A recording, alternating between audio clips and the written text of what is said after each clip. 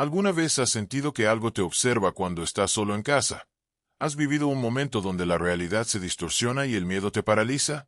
Si tú también has experimentado algo paranormal, no estás solo. Y hoy, te contaré la historia más aterradora que jamás haya vivido. El nuevo Papa. Un relato de terror real, lleno de secretos que la Iglesia no quiere que conozcas. Quédate hasta el final, porque lo que descubrirás aquí podría cambiar para siempre tu forma de ver la fe, la Iglesia, y la oscuridad que habita en lo más profundo de Roma. Pero antes, si alguna vez sentiste miedo en la noche, si alguna vez viste algo que no pudiste explicar, suscríbete y comparte tu experiencia en los comentarios. Porque solo aquí, entre nosotros, la verdad sale a la luz. Ahora, apaga las luces, sube el volumen y prepárate. Esta es la historia del nuevo Papa. Nunca creí en conspiraciones religiosas, hasta que recibí aquella carta. Fue hace exactamente un año, un martes, 13 de junio. El calor en Roma era sofocante. Las calles ardían bajo el sol, y el aire se sentía espeso, cargado de algo que no sabía describir en ese momento. Había regresado a mi apartamento, un viejo piso en el Trastevere, después de una jornada agotadora en los archivos históricos del Vaticano. Soy investigador de textos antiguos, especializado en paleografía y simbología medieval. Durante los últimos meses había tenido el privilegio o la condena, según lo pienso ahora, de trabajar dentro de la Biblioteca Secreta Apostólica.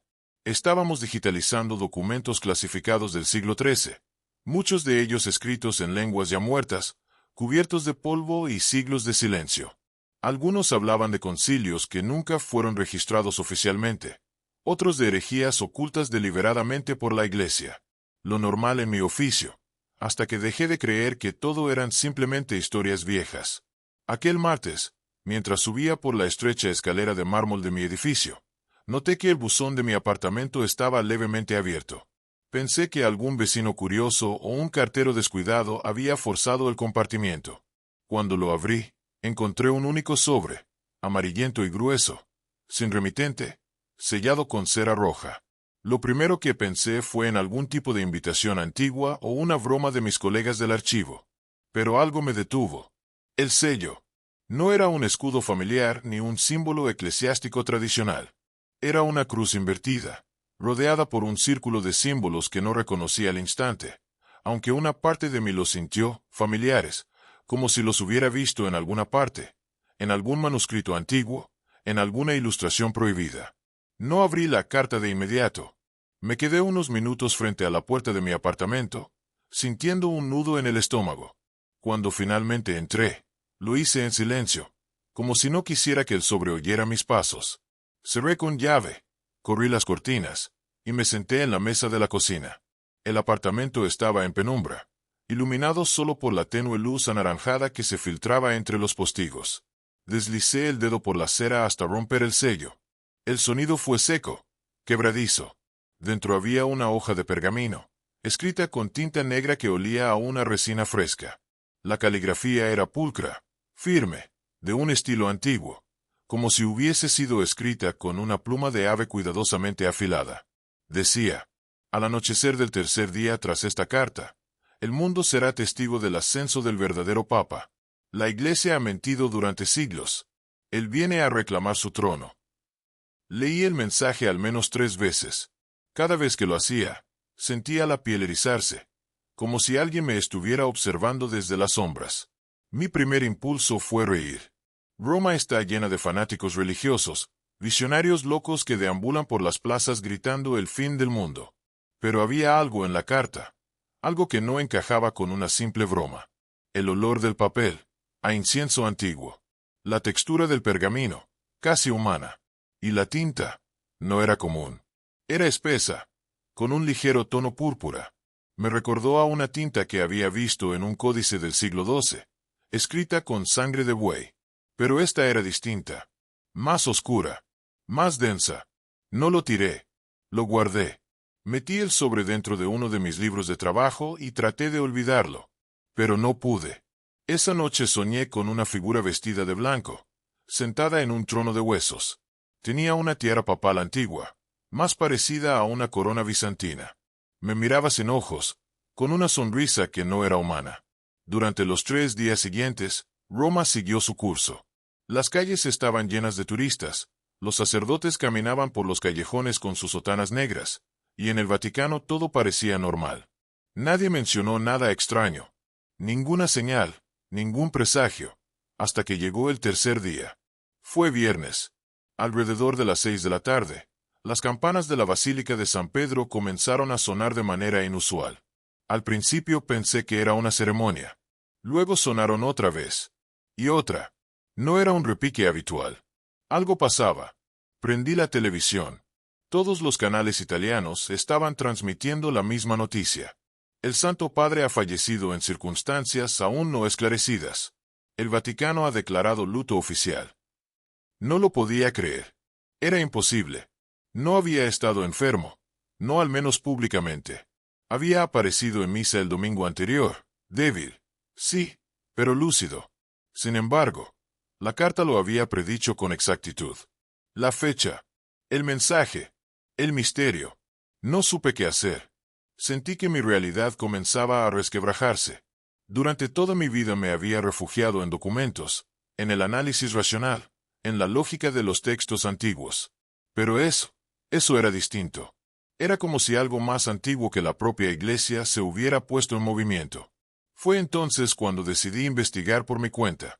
Sabía que, si había más detrás de esa carta, solo lo descubriría si volvía a los lugares más ocultos del Vaticano, a los archivos sellados, a los documentos que ni siquiera nosotros teníamos permiso de tocar. Y así comenzó todo. La muerte del Papa Lucio III conmocionó al mundo. Roma entera enmudeció. Las campanas de San Pedro no dejaron de sonar durante horas, como si intentaran purgar el aire de algo que no podían nombrar.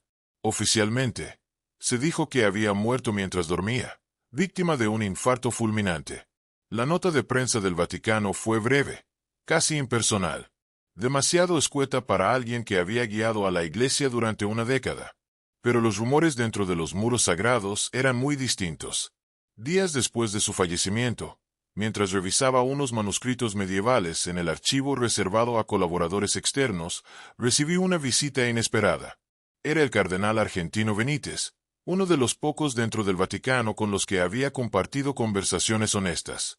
Un hombre de unos 60 años, delgado, con mirada aguda y una voz rasposa, como si cada palabra le costara trabajo. Me pidió que lo acompañara a caminar por los jardines vaticanos, lejos de los pasillos y las paredes donde hasta las estatuas parecían escuchar. No fue un infarto, me dijo sin rodeos. Yo vi el cuerpo. Me detuve en seco. No supe qué responder. Lo miré con incredulidad. ¿Qué viste? Benítez bajó la mirada. Tardó en responder. Sus ojos eran completamente negros, como pozos, y tenía algo grabado en el pecho, justo encima del corazón. Lo tallaron en su piel, con precisión quirúrgica. Mi respiración se detuvo un instante. Supe lo que iba a decir antes de que lo dijera. El símbolo de la cruz invertida dentro del círculo. Asintió.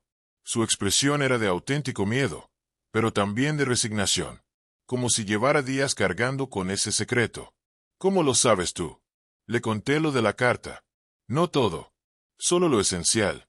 No quería que pensara que yo mismo me estaba volviendo loco. Aunque, para ser sincero, ya no estaba seguro de no estarlo. Benítez no se sorprendió, ni intentó refutarlo.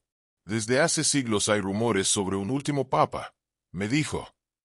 Los antiguos lo llamaban Pastor et Nauta, pero otros lo conocen como Petrus Romanus.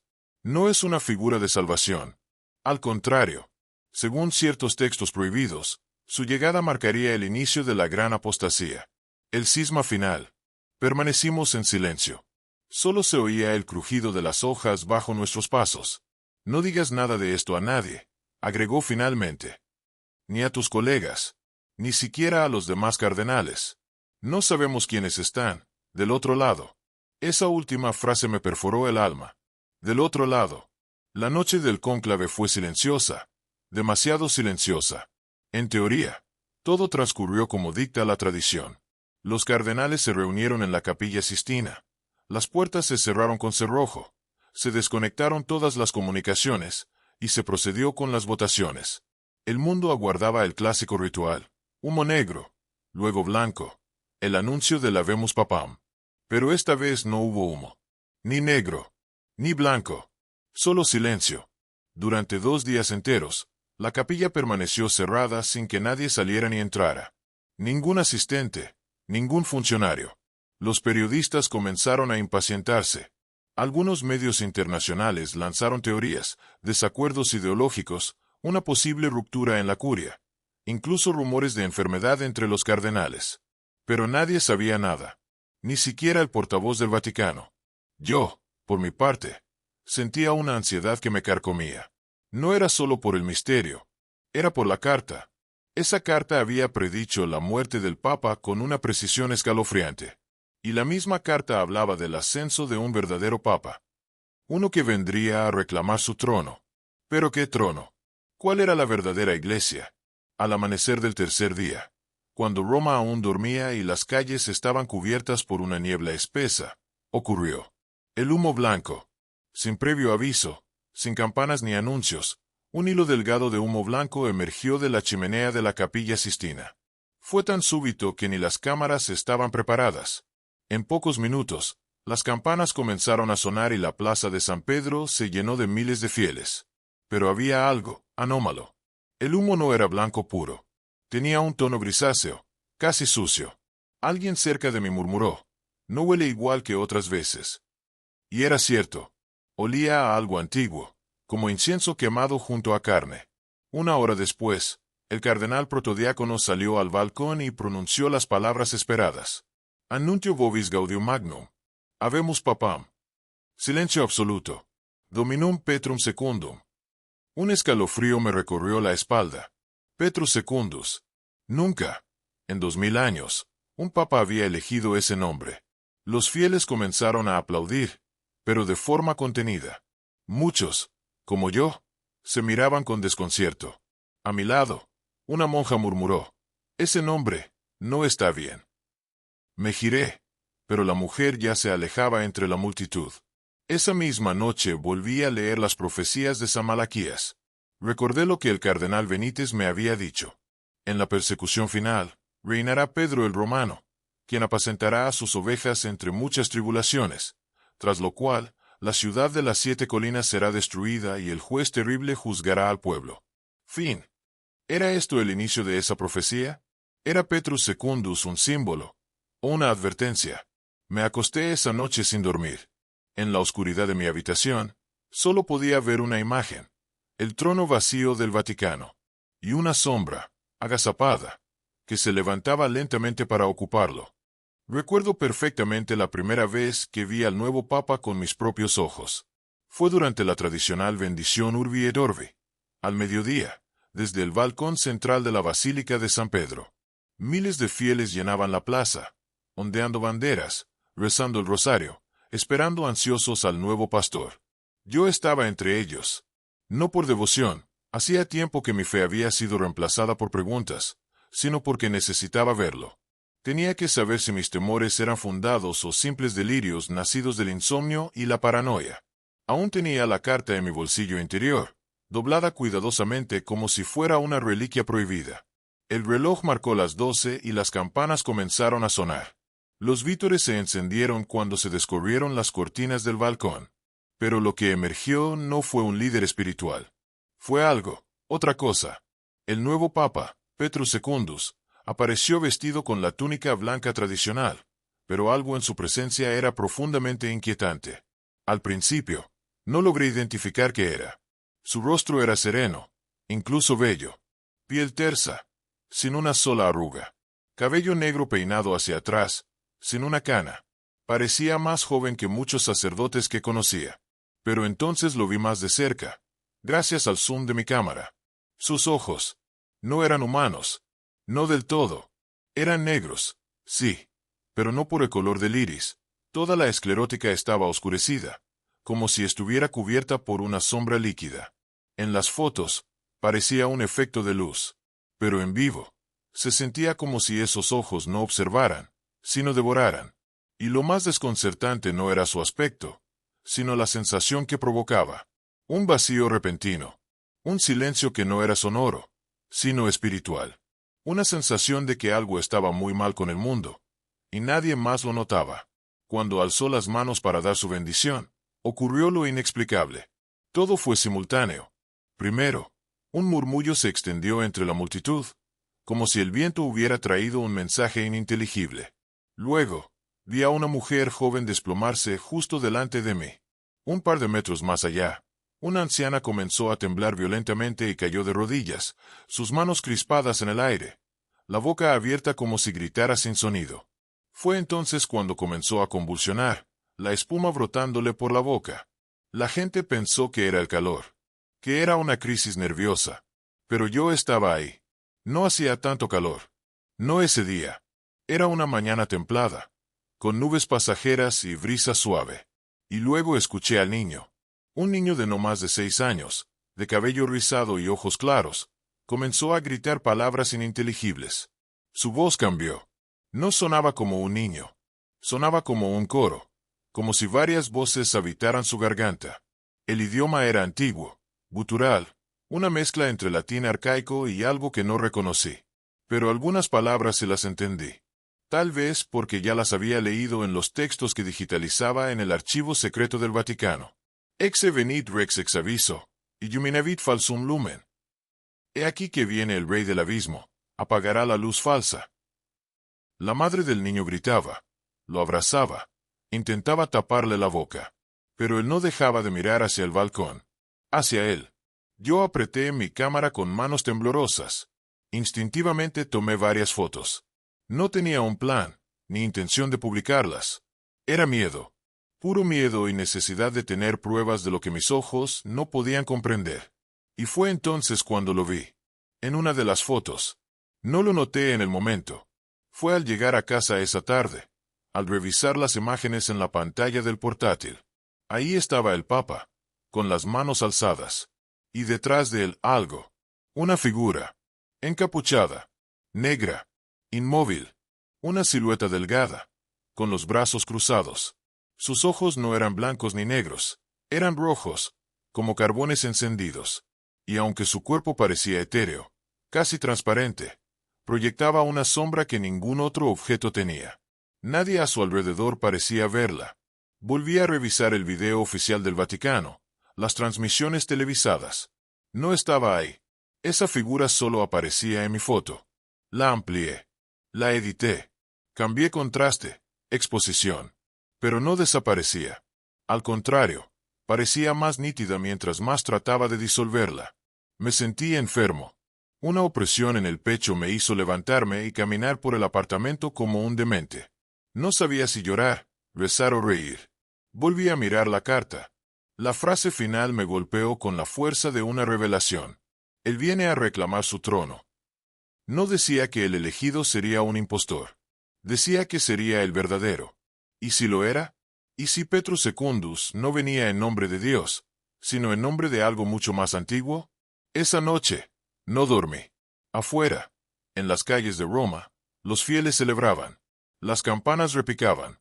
Pero yo sabía, con una certeza que no me podía explicar, que algo había cruzado un umbral invisible. El mundo ya no era el mismo. Y el infierno había encontrado una corona. Después de la primera aparición del nuevo Papa, mi obsesión comenzó a devorarme. No podía dormir. Cerraba los ojos y veía su rostro. Esa mirada oscura, milenaria, como si hubiese atravesado la multitud y me hubiese marcado. No era paranoia. Era una sensación visceral, como una espina metida en el alma, imposible de ignorar. Revisé la carta otra vez. La misma carta que había recibido semanas antes de la muerte del Papa Lucio III.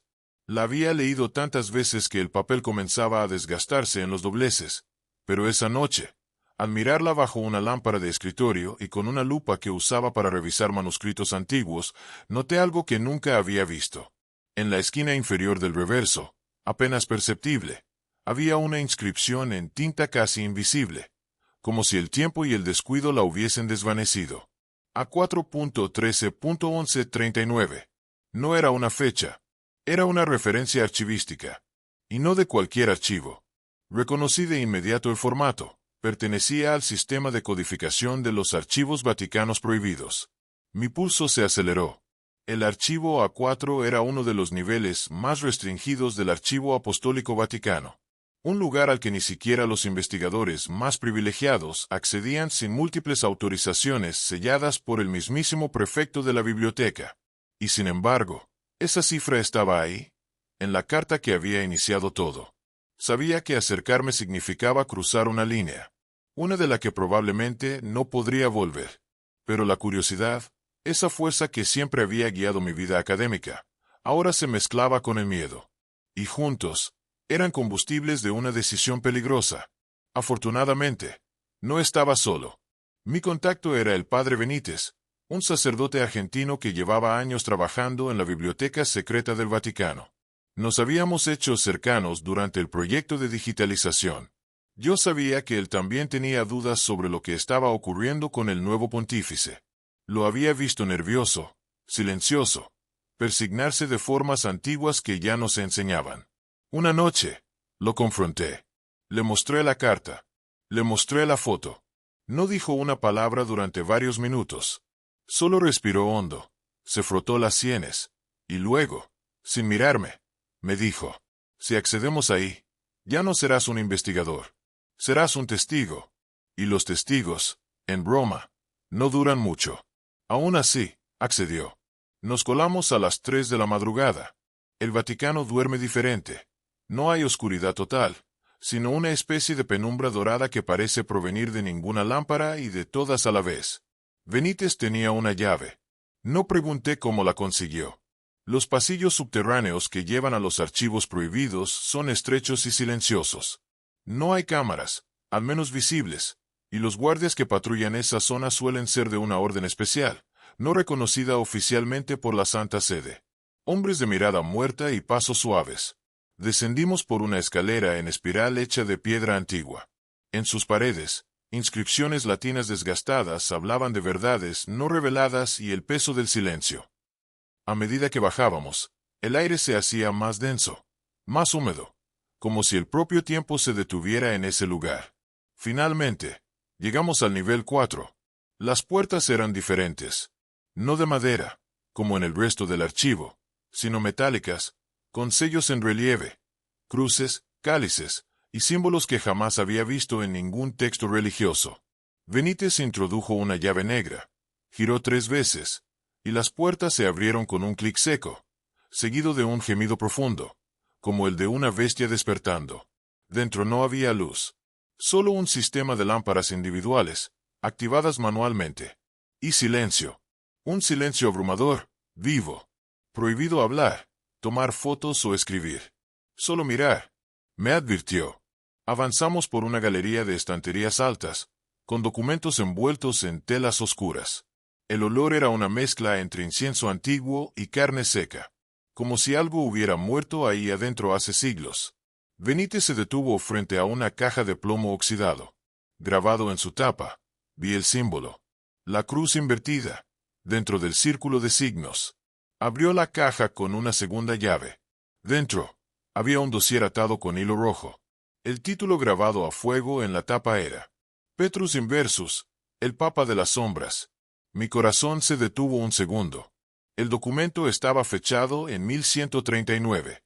Era un informe completo, con múltiples lenguas, anotaciones marginales, incluso ilustraciones. Relataba la historia de un cónclave no oficial, ocurrido durante un tiempo de crisis en la Iglesia. Según el dossier, un grupo disidente de cardenales, guiados por una profecía olvidada, eligió a un papa en secreto, uno que no apareció en los registros públicos, uno que fue borrado deliberadamente de la historia. No era un hombre, sino una encarnación del conocimiento prohibido. Este antipapa, como lo llamaban, realizó ritos blasfemos, sacrificios humanos, e incluso escribió su propia versión del Evangelio en una lengua que mezclaba arameo, griego y algo más, algo imposible de identificar. El objetivo de este ser no era gobernar, sino permanecer. El documento hablaba de un ritual, de cómo usó su sangre y la de sus seguidores para sellar su espíritu en un cuerpo que dormiría en la carne hasta el día de la mentira suprema. Ese día sería anunciado por la elección de un pontífice cuyo nombre desafiaría la tradición, el segundo Pedro. En el último folio, escrito a mano y con tinta marrón oscura, sangre, pensé, sin querer pensarlo, había una única frase: Cuando el mundo aplauda, el infierno celebrará. El Papa verdadero no será de Dios. No supe cuánto tiempo estuve allí, paralizado. Tal vez un minuto. Tal vez una hora. No lo recuerdo. Benítez cerró el dossier de golpe. Sus manos temblaban. No vuelvas aquí. No preguntes más. Ya es tarde. Lo has despertado. Salimos en silencio. El eco de nuestros pasos parecía más fuerte que antes. El aire más frío. Como si alguien, o algo, nos acompañara a escasa distancia. Esa noche, en mi apartamento, soñé con la Capilla Sistina. Pero no había ángeles ni frescos. Solo paredes negras, un trono vacío, y una sombra encapuchada que me decía, en voz grave y dulce, «Ya sabes mi nombre». Había pasado una semana desde mi incursión en los archivos prohibidos, desde que leí aquel nombre maldito, Petrus Inversus. Desde entonces, mi vida comenzó a desmoronarse lentamente, de forma casi imperceptible al principio. Pequeños detalles, luces parpadeando sin razón, páginas de libros que se arrancaban solas al abrirlos, sombras en los espejos que no coincidían con mi silueta. Pero lo peor era el silencio. Un silencio profundo, denso, que parecía seguirme incluso en medio del ruido de la ciudad. Como si algo me hubiese arrancado del mundo y colocado en una burbuja invisible, donde nada estaba del todo vivo. Fue en ese estado cuando llegó la segunda carta. La encontré sobre la mesa del comedor una mañana de martes. No había pasado el cartero. Nadie había entrado al apartamento. Y sin embargo, ahí estaba, sobre el mantel, como si siempre hubiera estado allí. Era un sobre grisáceo, distinto al anterior. El papel estaba manchado, como si hubiera sido sumergido brevemente en agua sucia. Al abrirlo, una oleada de hedor pútrido invadió la habitación. No era un olor cualquiera. Era un olor que reconocí instantáneamente, por más absurdo que suene. Muerte en descomposición. Salté hacia atrás, instintivamente. Se me revolvió el estómago. Dentro del sobre había 3 objetos. Un mechón de cabello blanco, amarillento por el tiempo, atado con una delgada cinta roja. Una pequeña cruz de hierro, oxidada, con lo que parecía ser residuos de carne seca en su base. Y un fragmento de pergamino, escrito en lo que identifiqué de inmediato como arameo antiguo. Mis manos temblaban al tocarlo. El papel estaba caliente. No como si hubiera estado al sol, sino como si algo viviente lo hubiera sostenido hasta el momento anterior. Encendí mi lámpara de traducción, tomé mis notas y comencé a descifrar las palabras. No fue fácil. El texto estaba lleno de errores gramaticales deliberados, como si su autor hubiera querido imitar la estructura del arameo pero pervirtiéndola. Sin embargo, logré reconstruir una traducción aproximada. El cordero fue ofrecido, pero el león reclama su templo. El santo se ha podrido. El impostor reina desde su trono de huesos. Lo leí en voz alta sin pensar, y al terminar, las luces parpadearon. Todos los relojes digitales de mi casa se reiniciaron. Mi computadora se apagó sin motivo. Y en la ventana, por un instante, vi un reflejo que no era el mío. Esa noche dormí con las luces encendidas.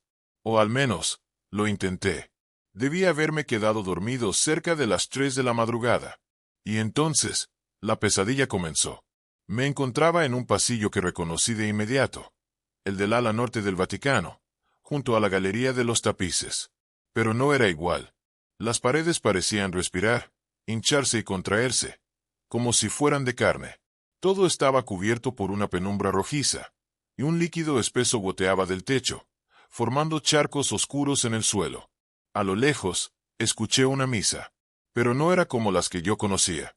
Era una voz grave, gutural, que entonaba cánticos en latín al revés. La melodía era hipnótica, pero disonante, como si cada palabra fuera una daga dirigida a lo sagrado. Avancé, casi sin voluntad, hasta el altar. El aire olía a sangre y cera quemada. Allí estaba él, el nuevo papa, de pie sobre el altar, descalzo, con la sotana rasgada y manchada. Pero lo peor eran sus ojos, completamente negros, sin pupilas, sin esclerótica, como pozos sin fondo que me miraban directamente, aunque yo me escondiera entre los pilares mentales de mi cordura. Estaba rodeado de niños, todos vestidos de blanco. Todos lloraban, pero sin emitir sonido. Las lágrimas corrían por sus mejillas, pero sus bocas estaban cerradas, cosidas con hilo oscuro. Uno de ellos me miró, me reconoció, y supe, sin que nadie lo dijera, que era yo. Entonces el Papa habló. No movió los labios, pero su voz llenó el espacio dentro de mi cráneo. Ya leíste mi nombre. Ya sabes lo que viene. Ahora, habla mi lengua. El mundo se derrumbó en una explosión de gritos en idiomas muertos, y desperté gritando en arameo fluido, pronunciando palabras que no sabía que conocía, que jamás había estudiado. Estaba cubierto de sudor. Y de sangre. Las sábanas estaban empapadas. Mi camisa de dormir también. Pero lo más espeluznante era esto. Tenía sangre seca en las manos. No era mía. Lo supe de inmediato. No tenía heridas, cortes ni rasguños. El color era más oscuro, casi negruzco. La textura, pegajosa. Como si esa sangre hubiera sido derramada hacía poco. Pero no aquí. Me duché frenéticamente, tallándome las manos hasta irritar la piel. No lograba quitármela de encima. Sentía que se me metía por los poros, por los ojos, por la garganta. Llamé a Benítez, desesperado. Tardó en contestar. Cuando lo hizo, su voz sonaba agotada. O tal vez vencida. No abras más cartas, me dijo. ¿Cómo sabes que la recibí? Pregunté, casi en un susurro. Hubo un largo silencio. Porque yo también soñé con él. Y en mi sueño, tú hablabas su lengua. Esa misma noche, comenzaron a hablarme los libros. Textos antiguos que tenía en casa, en idiomas muertos, sumerio, copto, e incluso glosas en lenguas precristianas. Cada vez que los abría, las palabras parecían moverse, cambiar de forma. Formaban frases. Algunas me hablaban directamente. Otras parecían discutir entre sí, en coros apagados. En uno de ellos, un manuscrito medieval del siglo XI, apareció una frase que antes no estaba escrita. Quien despierta la lengua del abismo, jamás volverá a hablar con la suya. Ya no podía cerrar los ojos sin ver el trono de huesos, sin escuchar el latín invertido, sin recordar que había pronunciado el nombre de aquel que no debía existir. El león ya no duerme, y el cordero ya ha sido devorado. Pasaron 3 días desde la última pesadilla. No dormía más de 2 horas por noche, y cuando lo hacía, despertaba jadeando, con la lengua reseca y las pupilas dilatadas. Las palabras en arameo seguían saliendo de mi boca sin que pudiera detenerlas, como un murmullo automático, como si alguien más las estuviera pronunciando desde dentro de mí. Comencé a notar un cambio en el mundo exterior también. Los relojes no marcaban la hora correcta cuando yo los miraba. Las voces en la radio tartamudeaban al decir mi nombre. Y una vez, en el reflejo del televisor apagado, me vi observándome a mí mismo, pero no parpadeaba. Entonces, la llamada llegó. Era Benítez. Su voz temblaba como si le hubieran quitado algo, como si cada palabra que decía viniera desde una grieta entre la fe y el pánico. Me transfirieron, me dijo. ¿A dónde? A una parroquia rural, en Umbría. Nadie me lo explicó. Fue repentino, sin previo aviso. Pero antes de irme, necesito mostrarte algo. Algo que explica muchas cosas. Nos veremos esta noche. Iglesia de San Clemente. 3er nivel subterráneo. La línea se cortó sin despedida. Esa noche, la ciudad parecía distinta. Roma siempre ha sido antigua, pero esa noche parecía olvidada por el tiempo.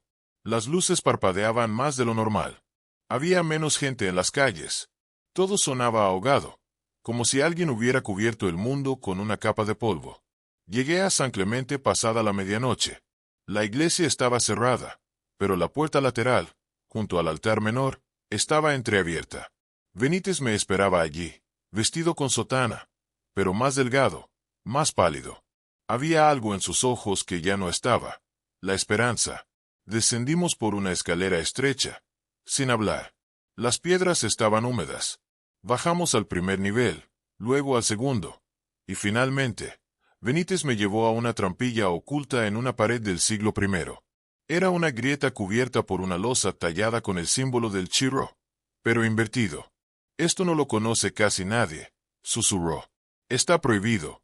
No por la iglesia, por algo más antiguo. Empujó la piedra. Con esfuerzo, logramos entrar. La cripta olía a cera vieja y tierra quemada. El aire era denso, pesado, cargado de una energía que oprimía el pecho.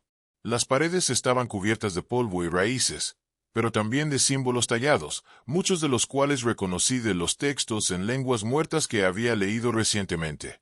Sumerio, etrusco, arameo, copto, y algo más. Algo que no era humano. Benítez me guió por un pasillo sinuoso hasta que llegamos a una sala circular. Allí, el aire se volvió helado. La habitación estaba tallada completamente en piedra negra, brillante, como obsidiana. En el centro, un altar circular de mármol blanco, desgastado por siglos, con surcos que se dirigían hacia un desagüe en el suelo. Cada centímetro del altar estaba cubierto de inscripciones demoníacas. Vi grabados de serpientes coronadas, de estrellas de 5 puntas invertidas, de cruces rotas y palabras como Regnum Infernalis y Lux Tenebris. Pero lo que me heló la sangre fue el mural del fondo. Era una pintura mural antigua, casi completamente desvanecida por el tiempo y la humedad, pero aún legible bajo la luz de las antorchas. Mostraba papas del pasado. Reconocía a Inocencio VIII, a Silvestre II, incluso a León X. Pero no estaban en gloria, ni rodeados de santos. Estaban rodeados de demonios, criaturas grotescas, de formas imposibles, aladas, cornudas, con múltiples ojos y bocas.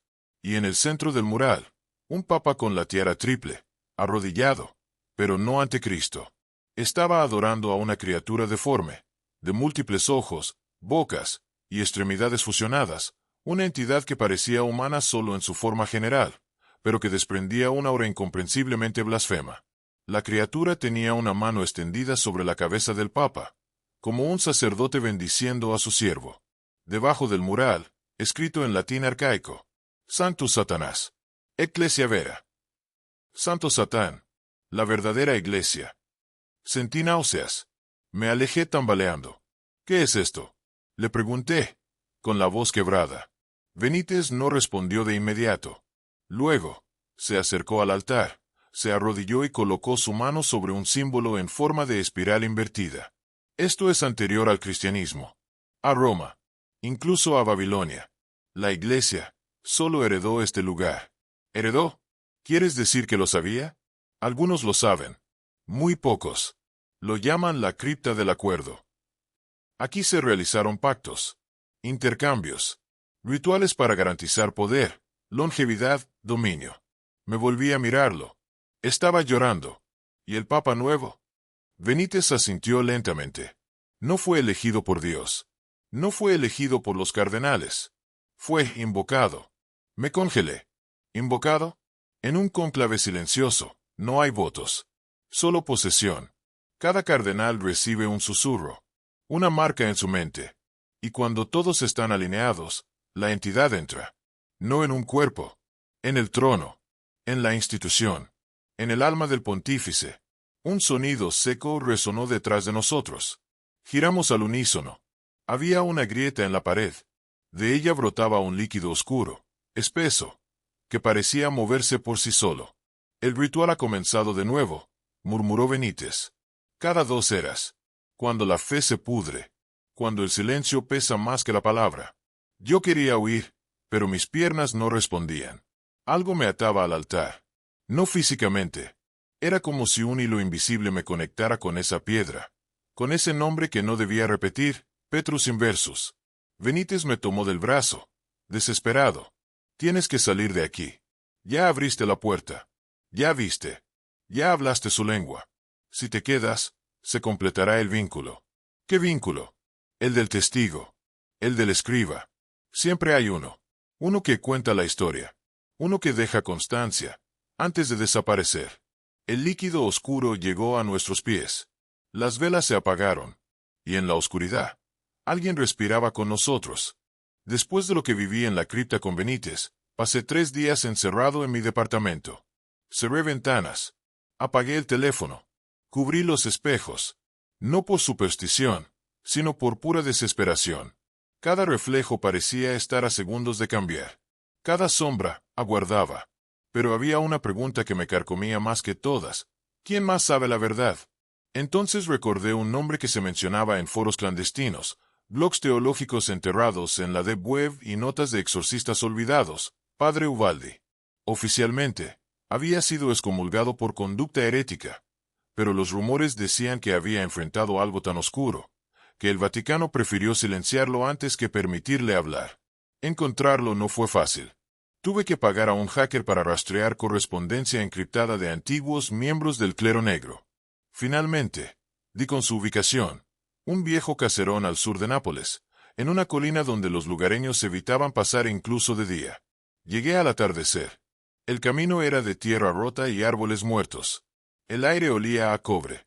El caserón estaba rodeado de símbolos grabados en piedra, cruces invertidas selladas con sal, ajos colgando como amuletos, y frases en caligrafía cuneiforme grabadas en la madera de las puertas. En el umbral, una advertencia. Aquí no entra el susurro. Golpeé 3 veces. Nada. Cuando estaba por irme, la puerta se abrió lentamente. Un anciano con túnica gris y ojos vidriosos me observó desde el interior. Su mirada no era la de un hombre cuerdo. Era la de alguien que ya no estaba del todo aquí, pero que seguía resistiéndose a irse. «Usted no vino solo», dijo. No supe qué responder. Pero él ya lo sabía. Me dejó pasar. Dentro, todo estaba en silencio. No se escuchaban relojes.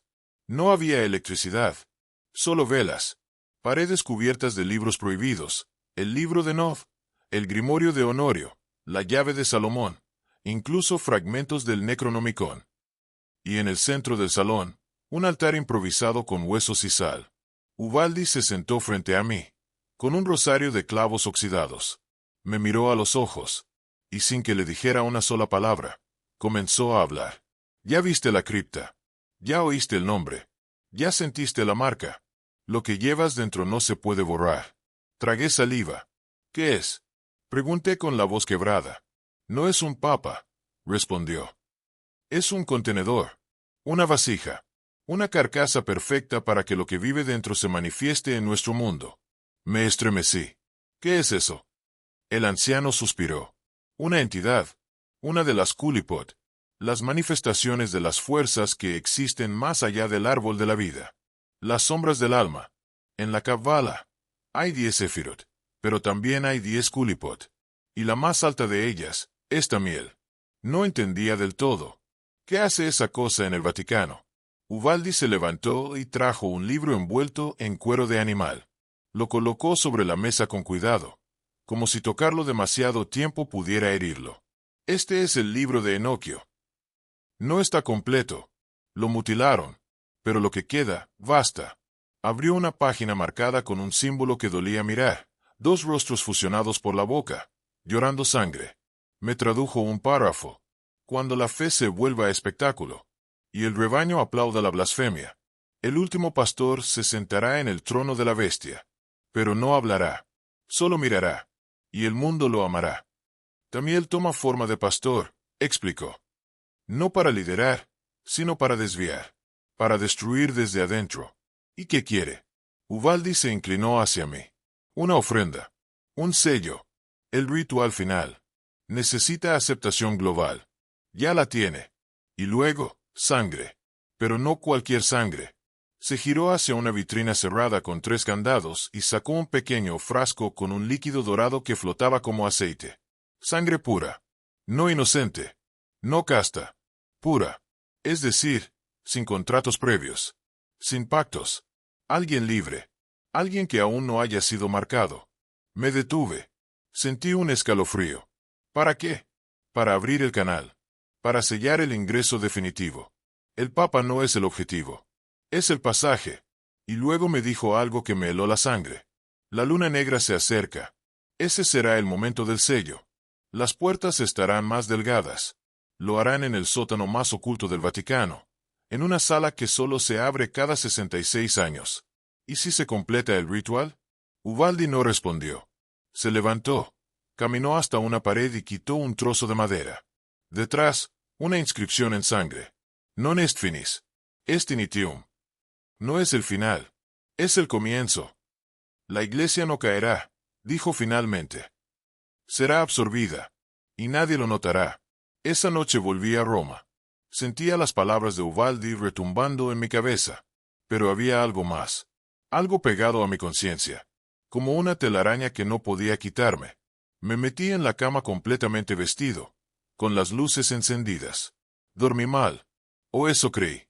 Porque a las 3:33 de la mañana, abrí los ojos de golpe. Estaba oscuro. Las luces se habían apagado solas. La habitación era helada. Mi cuerpo no se movía. No podía gritar. Y entonces, lo vi. Sobre la mesita, donde había guardado la carta original, estaba allí otra vez. Pero no era la misma. Era más gruesa. Como si hubiera absorbido algo. Y latía. Sí, latía. Tenía pulso. Me acerqué temblando. Y al tocarla, escuché una voz en mi oído. No venía del exterior. Era dentro de mi cráneo. La sangre del cordero debe fluir. Y en el reverso del papel, una nueva frase escrita en tinta negra, que aún estaba húmeda. El elegido ha sido marcado. Después de todo lo que te conté, solo queda una pregunta. ¿Estás realmente seguro de que el Papa que conoces es el verdadero? Porque yo no lo estoy. La oscuridad se ha infiltrado en el lugar más sagrado. Y lo que viene es algo que ni siquiera la historia se atreve a narrar. Si sentiste ese escalofrío recorrer tu espalda, si ahora miras a tu alrededor con miedo, entonces no estás solo. La verdad está ahí afuera, esperando ser revelada. Suscríbete ahora al canal, activa la campanita y únete a esta comunidad que no teme enfrentar lo desconocido. Aquí te traeré más historias reales de terror, sucesos paranormales y secretos que la Iglesia jamás quiso que supieras. No cierres los ojos todavía, porque la próxima historia puede ser la que cambie tu vida para siempre.